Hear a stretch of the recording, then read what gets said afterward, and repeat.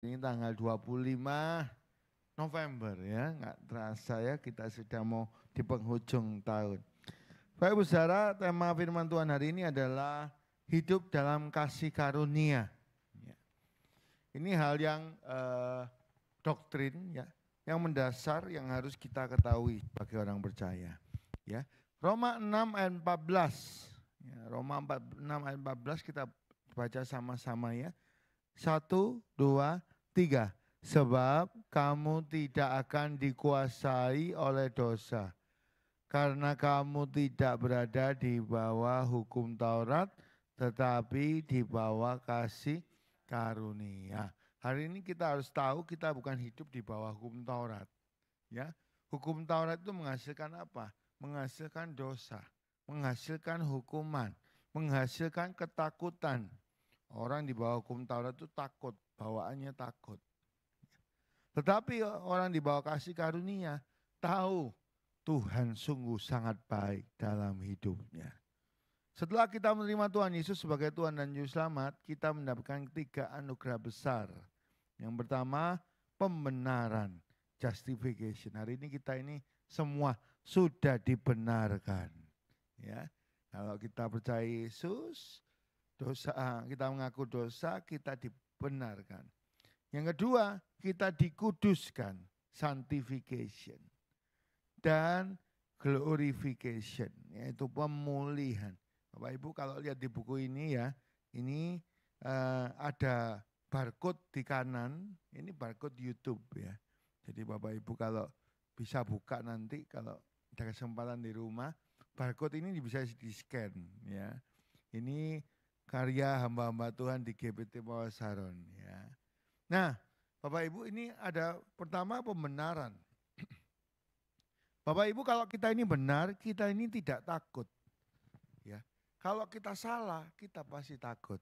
Ketika Adam berada di Taman Eden, awal-awal nggak takut, nggak khawatir. Ya.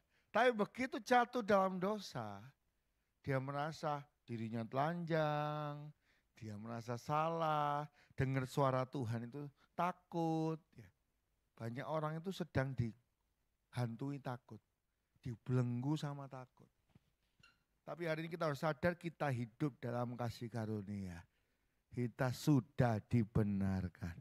Siapa percaya Tuhan Yesus, mengaku dosanya diampuni, dia dibenarkan. Kita beri tepuk tangan buat Tuhan Yesus yang luar biasa. Ya. Bapak Saudara, benar, orang benar itu doanya dijawab oleh Tuhan. Karena itu ayo kita terus hidup dalam kebenaran gitu ya. Semakin hari semakin benar. Yang kedua adalah kekudusan Bapak Ibu. Ya, kita semua ketika percaya Tuhan Yesus sudah ditukar. Dibayar lunas di kayu salib dengan darah yang mahal. Ya, kalau saya sering kasih gambaran itu seperti baju ya. Bapak Ibu kalau kita ini ada undangan ya, harus baju putih bersih. Baju atasnya putih, bawahnya putih. Yang perempuan mungkin long dress harus putih semuanya. Wah, ya. Nggak boleh satu titik aja hitam, ya. Nggak sengaja kecipratan apa nggak boleh. Ya lupa makan ya, sausnya nempel nggak boleh. Maka ketika mau masuk dicek dulu, wah bajunya putih nggak. Nggak sengaja kita ini makan jatuh saus. Satu dikit aja. Maka kira-kira boleh nggak masuk di ruangan itu Bapak Ibu? Undangan itu. Tidak boleh. Peraturannya harus putih, bersih. Ya. Maka kita berusaha berbuat baik. Wah kita baik penjaganya. Kita baik orang-orang di luar undangan itu kita berbuat baik. Lu orang ini baik, semua orang terkenal baik. Boleh masuk nggak Bapak Ibu? Tetap. Ya tetap nggak boleh.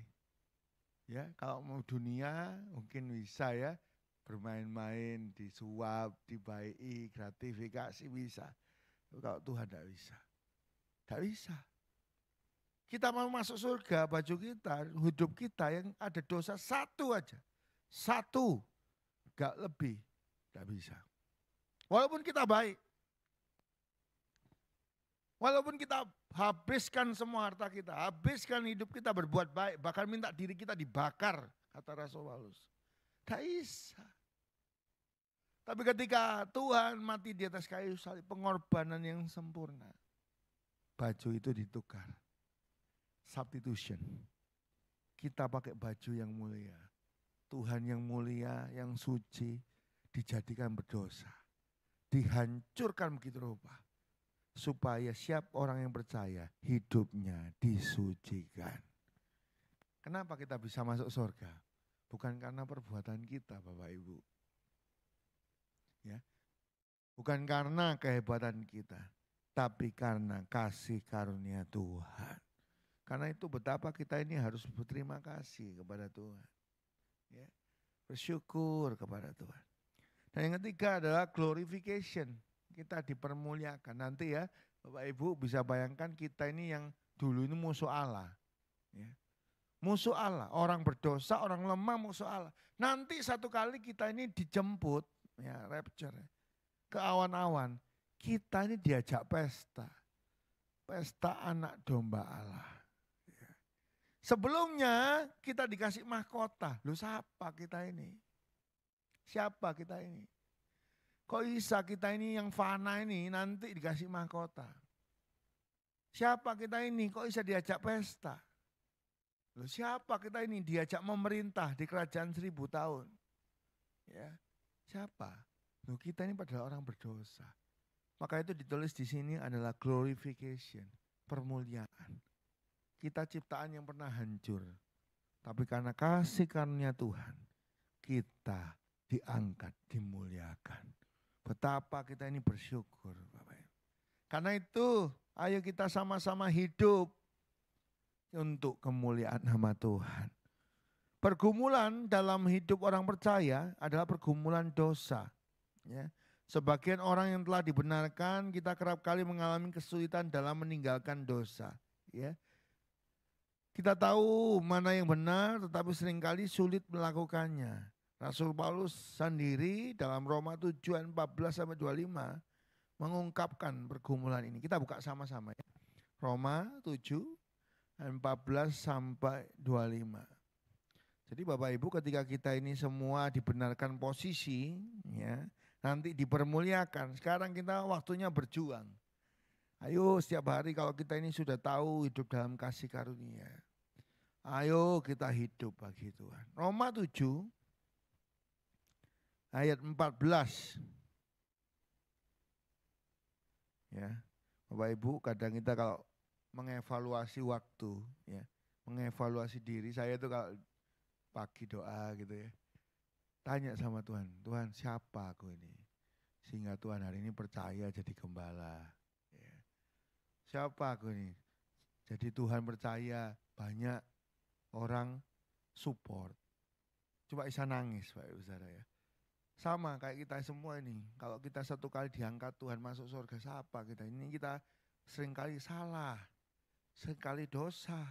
Tapi Tuhan punya kasih karunia yang begitu indah buat kita. Kita buka Roma 7. Ayat 14 sampai yang ke-25. Ini salah ya mungkin ya. Oke. Roma 7, oh ya, ayat 14 sampai 25. Kita baca bergantian ya, mulai dari Pak Henry, geser ke samping ya.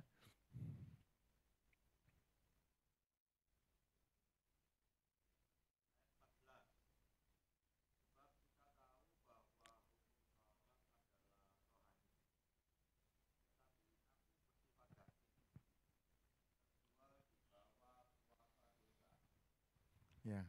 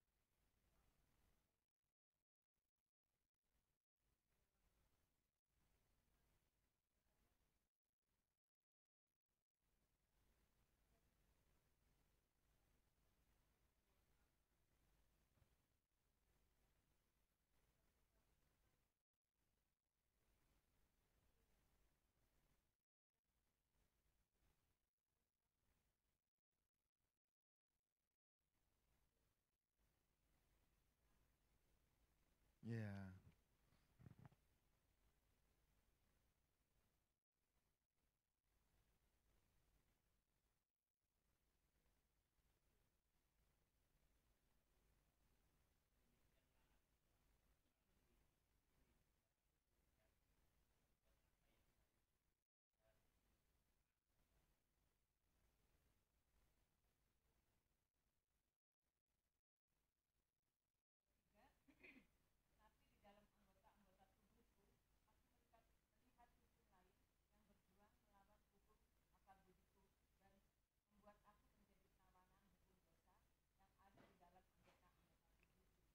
Jadi kita ini tertawan ya. Kadang kita suka firman, suka berbuat baik.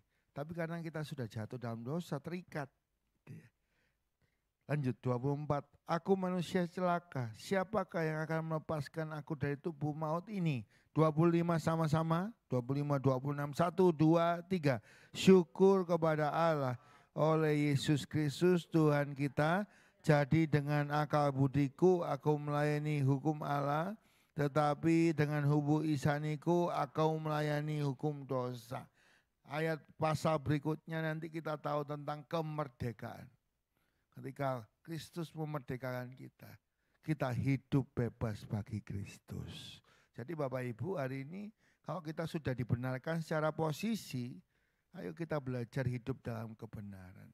Puasa itu adalah disiplin rohani yang membuat kita semakin bebas untuk hidup bagi Tuhan. Puasa yang Tuhan kehendaki itu bukan cuma berhenti makan, tapi membuat kita lebih menuruti roh daripada menuruti daging. Ya. Daging pasti kepingin makan. Ya. Biasanya memang ujiannya macam-macam Bapak Ibu. Tapi puasa gini biasa sih ngirimi akeh. Pagi-pagi wis ada makanan. Biasanya gak ada Bapak Ibu. Lu kok ada ngirimi. Ada tantangan macam-macam ya. Oh, soto lewat, biasanya gak pernah lewat ya. Tantangan memang karena itu ujiannya itu daging kita pengen makan, daging kita pengen marah, daging kita pengen melakukan hal-hal yang nggak benar. Tapi alangkah kita ini disiplin rohani belajar puasa, kita kontrol diri kita supaya anugerah Tuhan yang Tuhan beri dalam hidup kita pakai hidup kita untuk kemuliaan nama Tuhan. Ya, jadi kita berpuasa ini melepaskan semua belenggu-belenggu. Biasanya mungkin sudah terbiasa marah-marah. Begitu puasa diinget no ya. Aduh, ojo marah-marah. Puasa, gak makan enggak sih, tapi ngamuan bodoh ae. Enggak puasa sih, tahu tapi WA itu kuasar. Harus kita disiplin rohani. Bapak Ibu enggak ada orang yang kebal akan dosa. Karena itu kita harus punya disiplin rohani. Disiplin rohani itu ada 8, saya pernah sentuh ya di PA kita ya. Ada namanya berdoa ya, baca firman ya, menyembah Tuhan, melayani, memberi ya. Ini semua tujuannya supaya kita disiplin rohani, berpuasa. Ya. Itu dan 2 lagi Bapak Ibu Saudara, bersekutu. Nah, kenapa kita harus lakukan ini? Supaya kita rohaninya bertumbuh. Kalau kita nggak disiplin, lama-lama dagingnya yang muncul. Ya, kalau kita jarang berdoa, dagingnya yang muncul, merasa bisa. Padahal kita harus sadar kita ini nggak bisa apa-apa. Ya, oh kita harus belajar melayani supaya apa? Punya hati rendah hati.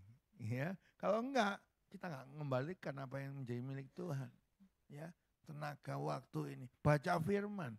Kita harus biasakan diri baca firman. Walaupun kadang baca firman itu ngantuk. Amin Bapak Ibu. Kadang baca firman itu sangat ngantuk saudara ya. Tadi apa ya? Ya. Kalau umpama kita nonton film nggak ngantuk, tapi baca firman bisa ngantuk. Ya, dari tadi pagi malam nggak siang kuat nggak ngantuk. Ya, bahkan orang insomnia susah tidur. Begitu buka firman 1 ayat tidur langsung. Ya ada jemaat itu datang cerita ya, Pak saya dapat mujizat. Oh iya mujizat apa?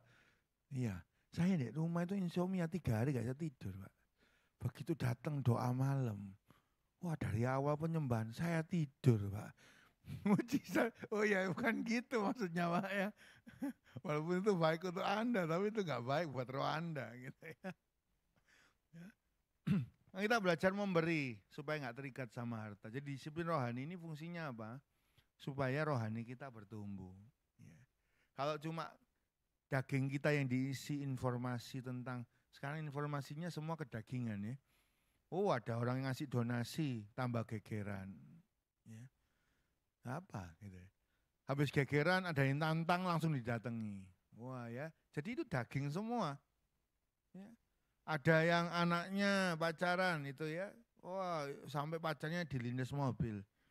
Ya, masuk penjara orang tuanya ngandalkan kekuatan keuangannya. Wah, jadi masalah ini kedagingan semua yang keluar di berita itu Bapak Ibu. Ya, iri, dengki, benci. Ya.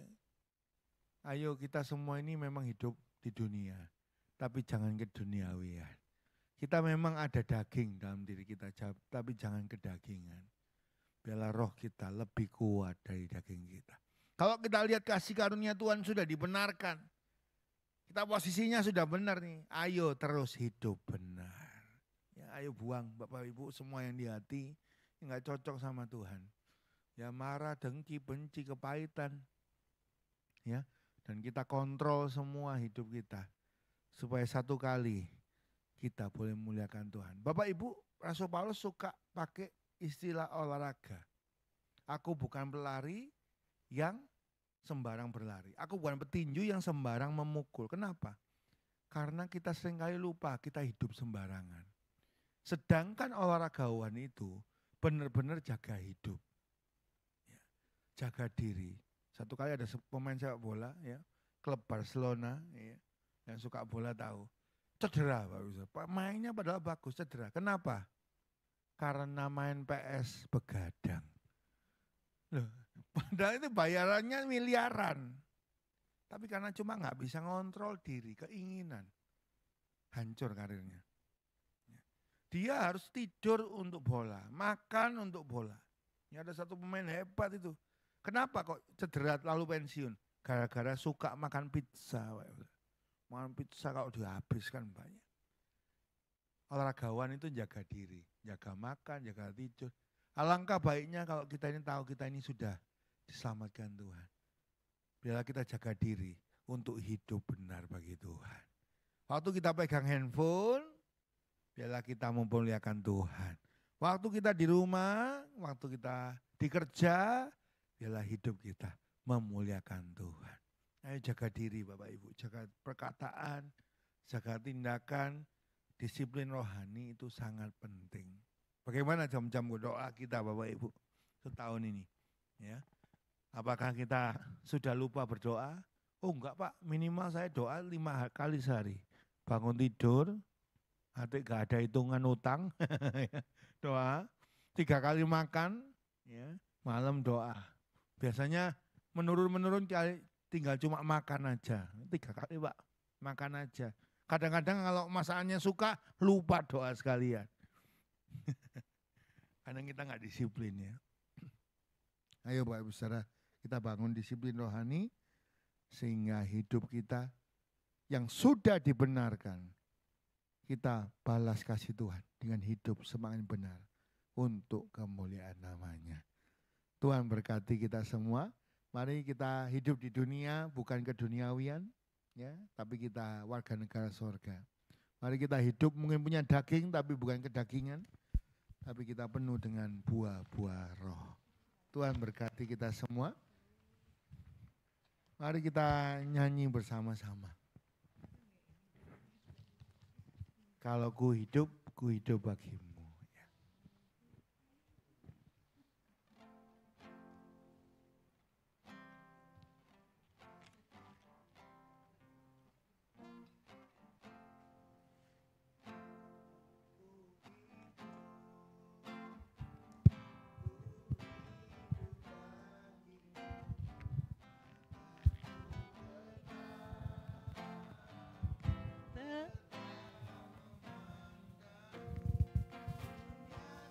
Bisa menjauhkan dari kasih-Mu.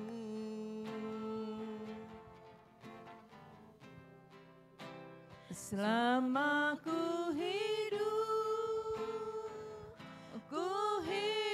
bagi-Mu, mataku tetap memandang-Mu. Dunia tak bisa menjauhkanku dari kasih-Mu.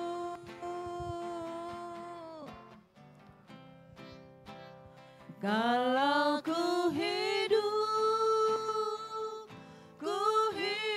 bagi-Mu, hatiku tetap menyembah-Mu. Dunia tak bisa menjauhkanku dari kasih-Mu.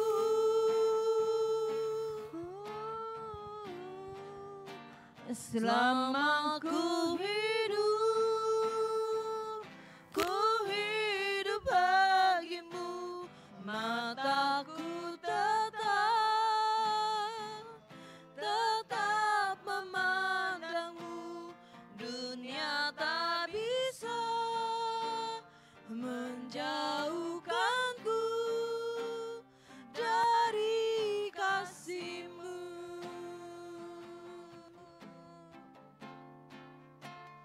Dunia tak bisa menjauhkanku dari kasih-Mu. Dunia tak bisa.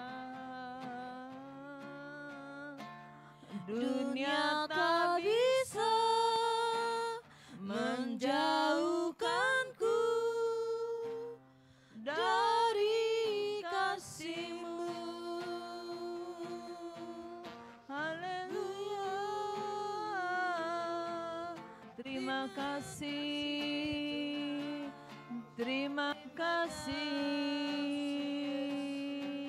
Terima kasih. Haleluya. Ibu Wandi akan berdoa menutup firman Tuhan bersama dengan doa syafaat.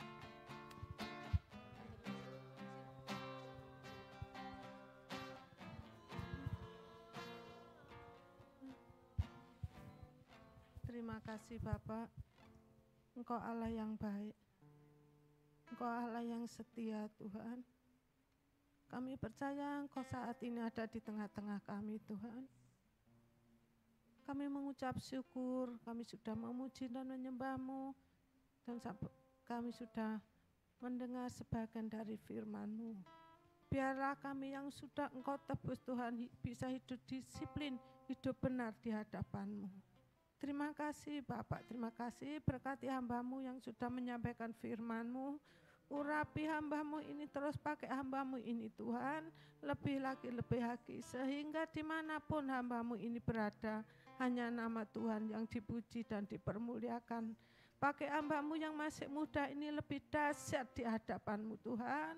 Tuntun hamba-Mu ini setiap saat langkahnya Tuhan selalu benar di hadapan-Mu.